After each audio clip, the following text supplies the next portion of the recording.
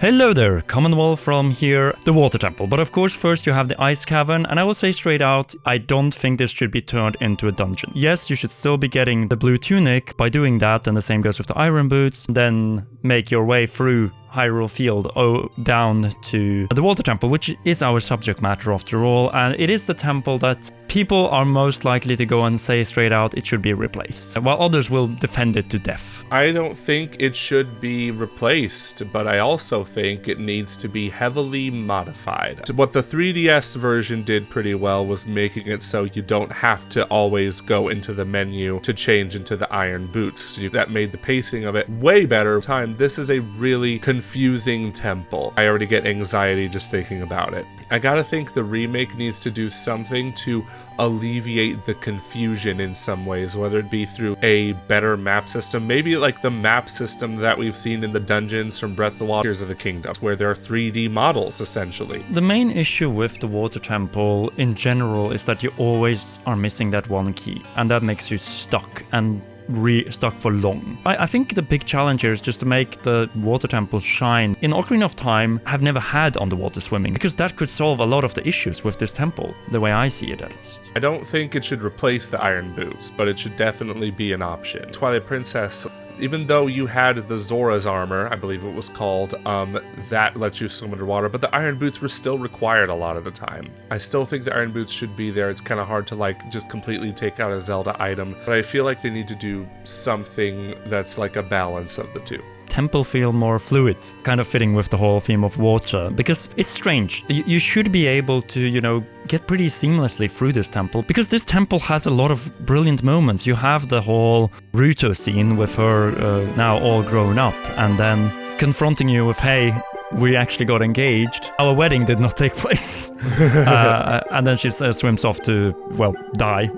There is a lot of chambers here that I feel like should just stay the way they are. Raising the water level, it's okay. It's more about how you move through that thing, because that's the main puzzle. It's about raising and then dropping the water level and battling water-based enemies. What it is, the shell enemies or the spikes, and it really takes advantage of the hookshot to a great degree, even before you get the dungeon item. It's just the way that these mechanics come together in kind of just a sloppy and repetitive fashion. I do think even with some minor changes, it might still wind up being the most repetitive and tedious dungeon, I should say, to try to finish. It's kind of iconic in that sense, and I feel like that's part of why Zelda fans don't really want to change that much, is because you don't understand the difficulty, and the tedium is part of the Zelda charm.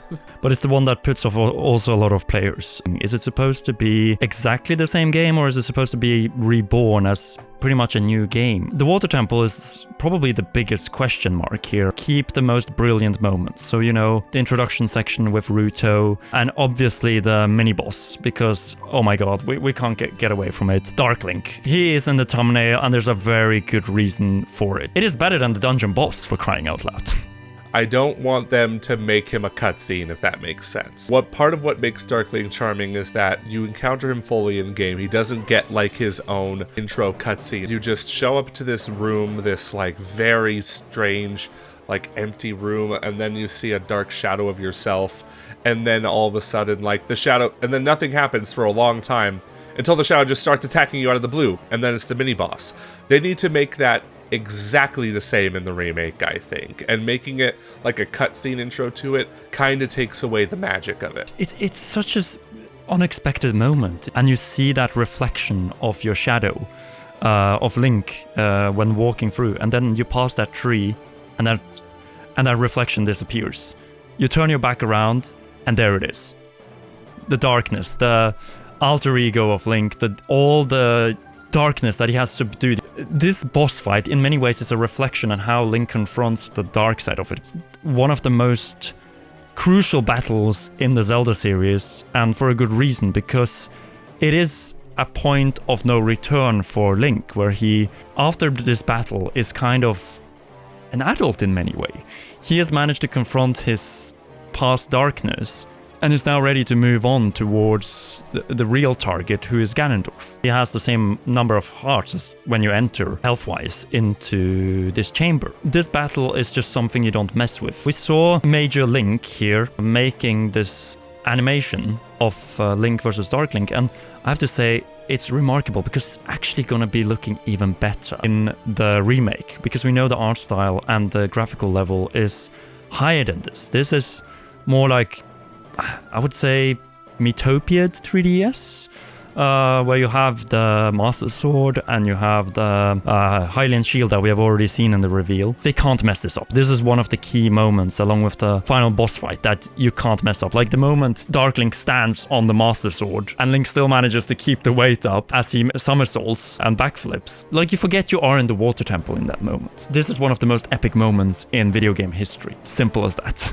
What's so funny is it's not even a final boss. It's a mid-boss. It's a mid-dungeon boss, which just makes it stand out even more by how you expect these mini-bosses to be not that climatic, but here it's one of the standout bosses in the game, period. Like, here's an interesting thing, because we obviously see the fight from Link's perspective. So, and we also know that Dark Link goes into the water after getting hit, and then you just have to figure out where he's gonna pop up. That's the one moment I feel like you can have a cutscene, actually. Seeing the camera pan from the perspective of Dark Link as he comes up to you, and then you have to quickly react to when he comes and strikes you, because you get to see the fight a little bit from both perspectives, which makes even more sense with the whole idea of light and dark and reflection. There are multiple ways of defeating, obviously, Dark Link. The most challenging is using just the regular Master Sword, but you can also use the item that we talked about a lot in the previous episode, namely the Megaton Hammer. It's actually quite useful in this fight, and then you can cheese it, of course, if you already have gotten the Bigoron Sword. The reward for beating Dark Link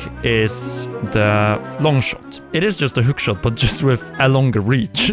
There isn't too much to talk about it, but it just makes the hookshot even more epic. It's just a nice little modification to an item that's already existed. It's very much a definition of, all right, well, now you can finish the rest of the dungeon because you can reach longer gaps. Good for you. But you have that little river section, though, right after you get the Longshot, and I feel like that section definitely has to stay. I would even go and argue that that section is a little bit like the twisted corridor of the forest temple, because it has that whole a little bit navigation challenge. The dungeon goes from being this, complete stone structure into becoming more of a more natural space, to put it there, and there are these maelstroms that can suck you down. I feel like that is definitely one of the reasons why you shouldn't replace the water temple in the first place. And then, of course, you have to use the Longshot in order to attach and be able to get out of this little river section. And you also end up getting a key from that small chest as well.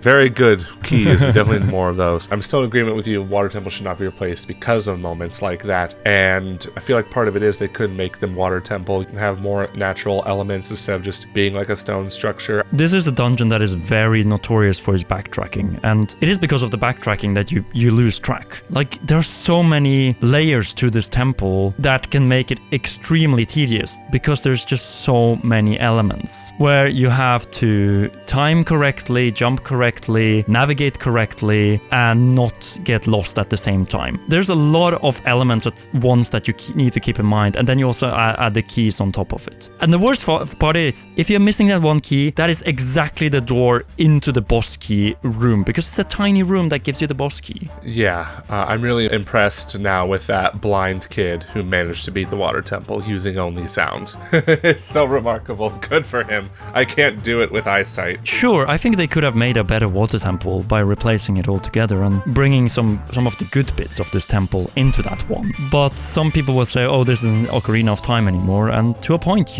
you're correct. That is the big challenge with remaking it. Like, if you're reimagining it, sure, then you could make those drastic changes. But we also have to remember that the water boss in the other most tedious water temple, in 3D Zelda at least, was changed. That brings us to the subject matter of Morpha. It is a boss that has been cheesed a lot, because it is a quite annoying boss to defeat. Most people just go into the corner and then cheese it. Because Morpha cannot reach you and grab you. Yeah, I heard this is like a boss that can easily be cheesed as well. And I don't know, maybe there is some room for redesigning this boss to make it less cheesable, less annoying. Ways that don't involve a giant freaking eyeball. The problem is you need a long shot to battle Morpha. The way they could maybe solve this is turning Morpha into the mini-boss. But the problem is, from a story perspective, it is the source of why Zora's domain is frozen in the first place. But even killing it doesn't unfreeze it, so that is the one thing that this remake needs to do. It needs to unfreeze Zora's domain, because that doesn't happen in the original and even 3DS version of Ocarina of Time. That's wild. It stays frozen for the rest of the game. That's nuts, dude. Yeah, that needs to change. Like, I could have sworn like it got unfrozen in the when I played it in the past, but nope.